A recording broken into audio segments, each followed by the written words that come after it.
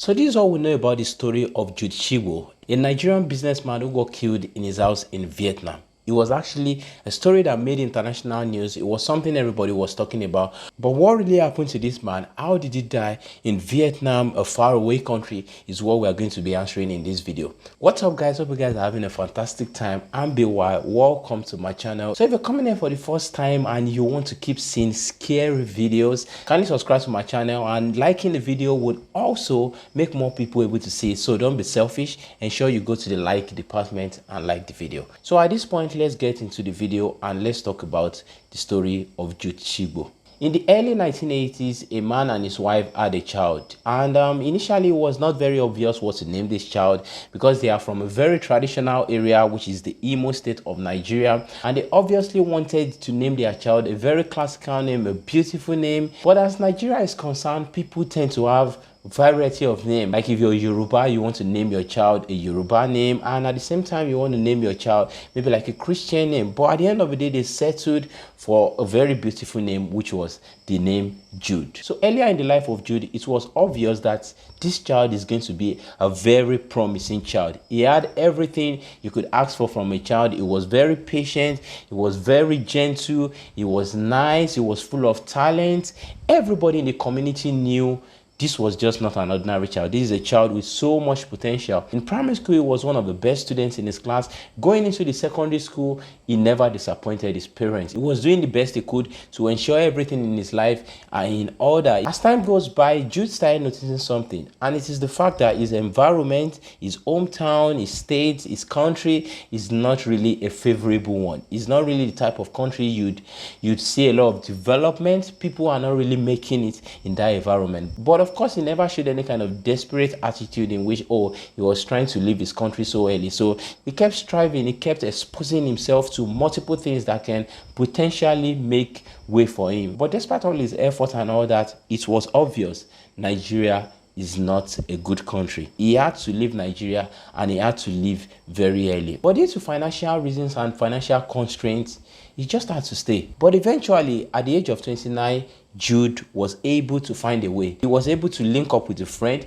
who knew a friend who would be able to take him out of Nigeria. And after talking to this friend about finances, about just everything about him, because he's not from a very wealthy family where he can go to America, or he's going to go to the UK, or maybe to Australia.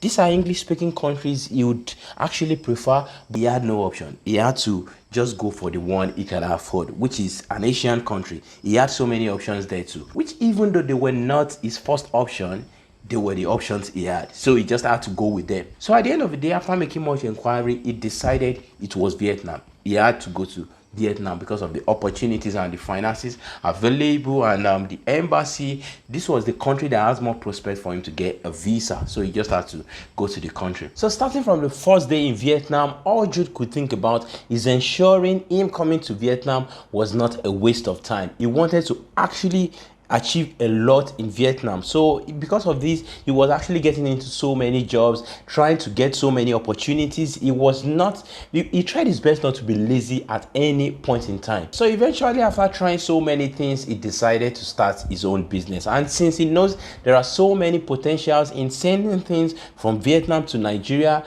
that is what he did. He took opportunity of this experience from so many of the jobs he has done in the past, and he decided to start a kind of shipping business where you ship goods that are in Vietnam. And at a point, he even started this kind of courier business where he helps people send things to Nigeria. So things were actually going pretty well for him. He was living the life, and at a point he was actually living, should I say, the Vietnamese dream. However, all this success and all these things happening to Jude would not prepare him for what is about to happen. So one morning, Jude woke up, and his brother from Nigeria called him and informed him that his mother had passed. His mother died, and this really devastated Jude.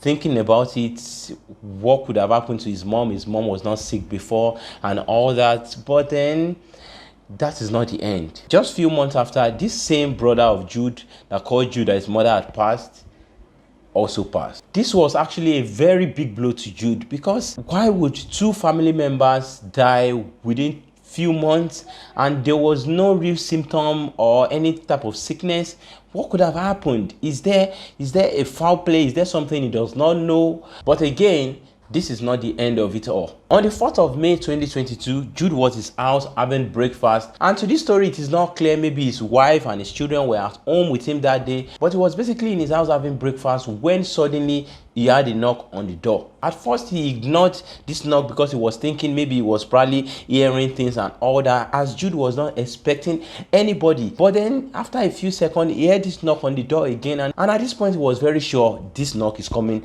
from his house and he could not be hearing things too high. So he just walked up to the door and asked who is there, but nobody answered. So what did Jude do? He decided to open the door, and this will actually be a very big mistake. So before Jude could even process what he was seeing, a guy pushed him inside the house and he was like wondering what is going on. So another guy followed the guy that pushed him. At this point he was getting scared, but not just scared, he was angry because why would anybody do that to him and push him just in his own house? But then looking at the first guy's hand, he saw this guy was holding a gun and a knife, and the other guy was also holding something similar. So he knew these are not just ordinary people, these are criminals. But to his imagination he was thinking, oh, probably they were armed robbers and all that, and he was asking, what do you want? Why are you in my house? Before he could even say the third sentence, the second guy slapped him and an assault started. It's unclear how long this assault lasted, but then by the time anybody could see Jude, he was almost lifeless. And sadly, he lost his life on the way to the hospital, leaving his wife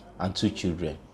There were rapid condolences from everybody in the Nigerian community, including the embassy, because I told you initially Jude was quite popular. But then let's talk about the twist of this story. You know that part in the beginning that I told you was weird?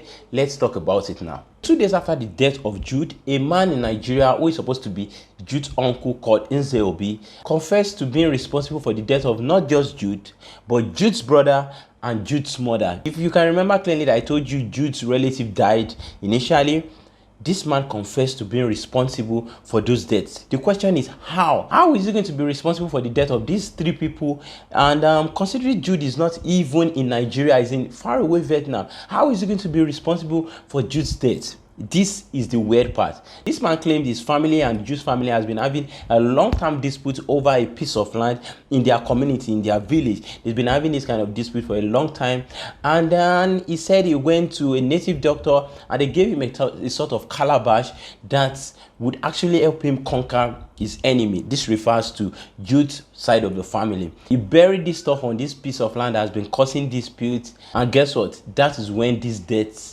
started. What makes the whole story quite strange is the fact that, you know, stories like this, you'd hear them, but it's easy to just say, it's a lie, nothing like this happened. But when the community youth actually told this man to take them to where he buried this stuff, lo and behold, he took them there, and on digging they saw it, and it was just as he described it. A calabash with red clothing and all that was brought out from this land. I don't know what you guys think about this story, because I personally find some stories about voodoo and all these things quite weird, because sometimes I'll just think, oh, it was made up. But for this to happen, and the fact that we're Africans and we know how things happen around us, you can't just rule a lot of things out. I don't know what you guys think about this story. Comment down below if you believe this man is responsible for the death of Jude in Vietnam or not. And if you've had any previous history with voodoos, or you've had any experience with this kind of thing, please comment down below and